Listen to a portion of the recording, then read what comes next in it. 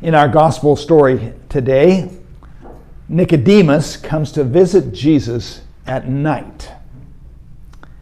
Now, have you ever thought about what it would be like to live in biblical times when there were no lights? There were no street lights, there were no flashlights, only these little dim oil lamps which you could barely light up a room. And when Nicodemus came to Jesus at night, imagine how hard it must have been to walk through the streets of Jerusalem. I mean, no light. Every time you come across a stone, you stumble, or an uneven place. You can't see where you're going. There might be a little light from the stars, or maybe a glimmer from a sliver of a moon, but pretty dark. And I imagine in those days, most people probably stayed pretty close to home after dark. So I would like to ask Nicodemus, Mr. Nicodemus, why did you come to Jesus at night? It would have been so much easier during the day. Did you come at night because you were afraid? Because you were afraid your fellow Pharisees would see you and think badly of you? Or did you come at night because you knew that Jesus would be alone then and you could have a conversation between just the two of you, something more intimate? I mean, there are a lot of questions I'd like to ask Nicodemus because the gospel story leaves so much about Nicodemus unexplained. Now, if I were able to talk to Nicodemus, I would not want to be disrespectful. I mean, it says that he is a leader of the Jews. He's a well-respected person. He's a Pharisee, a member of the very strict and righteous Pharisee group, probably a man of some means. And so Mr. Nicodemus deserves some respect. But if I could, I'd like to ask him a few questions like, Mr. Nicodemus, did you become a believer in Jesus that night? Because the gospel story doesn't exactly say. When Nicodemus came to Jesus, he asked him, Rabbi, we know that you're a man of God because you do all these miracles. So were you just curious about the miracles, or were you looking for something deeper? And when Jesus said that you have to be born again in order to enter the kingdom of God, you took him literally and you said, how can a person be born again, go into their mother's womb somehow and be born after they're already old? I mean, it sounds like you didn't get it. He was talking on a spiritual level, and you were talking on a literal level. And when Jesus said the Spirit of God is like the wind, we don't know where it comes from or where it goes, but it's mysterious, you said, well, how can these things be? As if you, a teacher of Israel, a Pharisee, and a leader of the Jews, didn't know anything about the Spirit. So, Mr. Nicodemus, did you become a believer in Jesus that night? Because later on in the gospel story, it does sound like you did become a believer. Later on in the 7th chapter of John, it says that you were with the other Pharisees when the police were sent to arrest Jesus. And you stopped them. You said, the law doesn't judge people without giving them a hearing, does it? So you defended Jesus, and they didn't arrest him because of what you said. So it sounds like you were on his side then. So did you believe in him secretly? And then after Jesus was crucified, a rich man named Joseph of Arimathea came to take down the body of Jesus and bring it to a tomb. And you were there.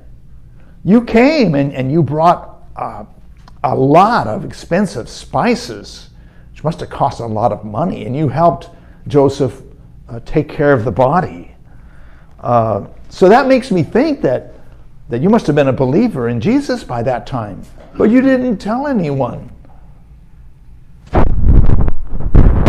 I mean, some people say that you were duplicitous. I mean, it seems like you were a Pharisee on the outside, but a believer in Jesus on the inside. You were a Pino, a Pharisee in name only. So maybe you just weren't brave enough to announce your faith in Jesus. Is that right? I would like to think, Mr. Nicodemus, that you came to Jesus in the darkness, but you left him filled with light. I would like to think that you came to see Jesus because you were seeking the light, and in him you found the light. Is that true? Well, I'm not sure how Nicodemus would answer me. I mean, there's a lot of darkness in the world. The Gospel of John is right about that. But there's also the light that is coming into the world, and the Gospel of John is very clear about that Jesus is the light coming into the world. Yesterday I heard a story on the radio about a documentary film, a short documentary that's being nominated for an Oscar in 2023. It's called Stranger at the Gate, and it's about a man named Richard McKinney. Richard McKinney retires from the U.S. Marines after fighting in the Middle East, in Iraq and Afghanistan for 25 years, and he comes home to his family in Muncie, Indiana, with this full-blown case of PTSD. And after all those years of fighting in the Middle East, he just has this rage against Muslims. It's just built into him at this point. And one day, his 8-year-old daughter brings home a friend who is Muslim. And he just is filled with anger, and he's so angry he decides that he is going to detonate a bomb at the local mosque and kill as many people as possible. He said, he made plans for it, and he said, I want 200 casualties, dead and wounded. But he got to talking with his daughter, and he started telling her about his anger towards Muslim people. And she said, what are you talking about, Daddy? What is wrong with you? So he decided before he did the bomb, he would go to the synagogue, or to the mosque, and he would see these people. So on a Friday, when they were worshiping, he came there to worship with them. And when he came, the people there weren't sure what to think. I mean, he is a big guy. He's got tattoos all over his arms. He's got a tattoo of a skull on his hand. And he was red, he was sweating, he was nervous. I mean, the people could see that there was something wrong here. The members of the mosque remember that day. They said they could see that there was something wrong with this guy, but they took him in and they welcomed him anyway. Now, the Bahraini family is one of the main families of that mosque. They came to the United States years ago from Afghanistan, and they helped found the mosque. And this family especially welcomed Richard McKinney and took him in. They welcomed him at the mosque, and then they invited him to come to their home. They fed him, they treated him with love and kindness and respect.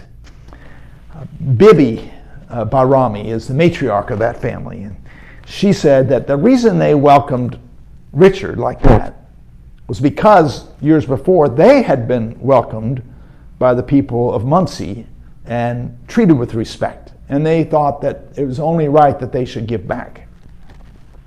And Richard McKinney was so overcome by their kindness that he dropped his plans to kill them, and he had a radical religious conversion, and he became a Muslim himself. And after a number of years, he actually became the president of the mosque. So Richard McKinney came to that mosque with darkness in his life.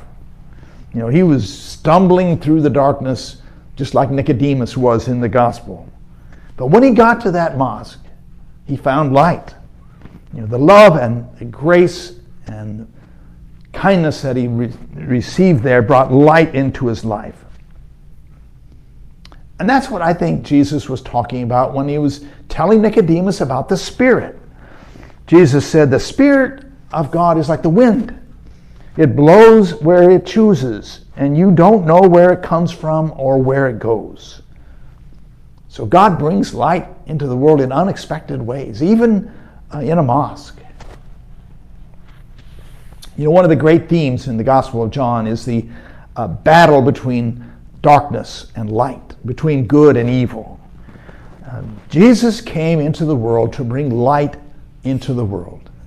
In the very first chapter of John, it says, what has come into being in him was life, and the life was the light of all people. The light shines in the darkness, and the darkness did not overcome it.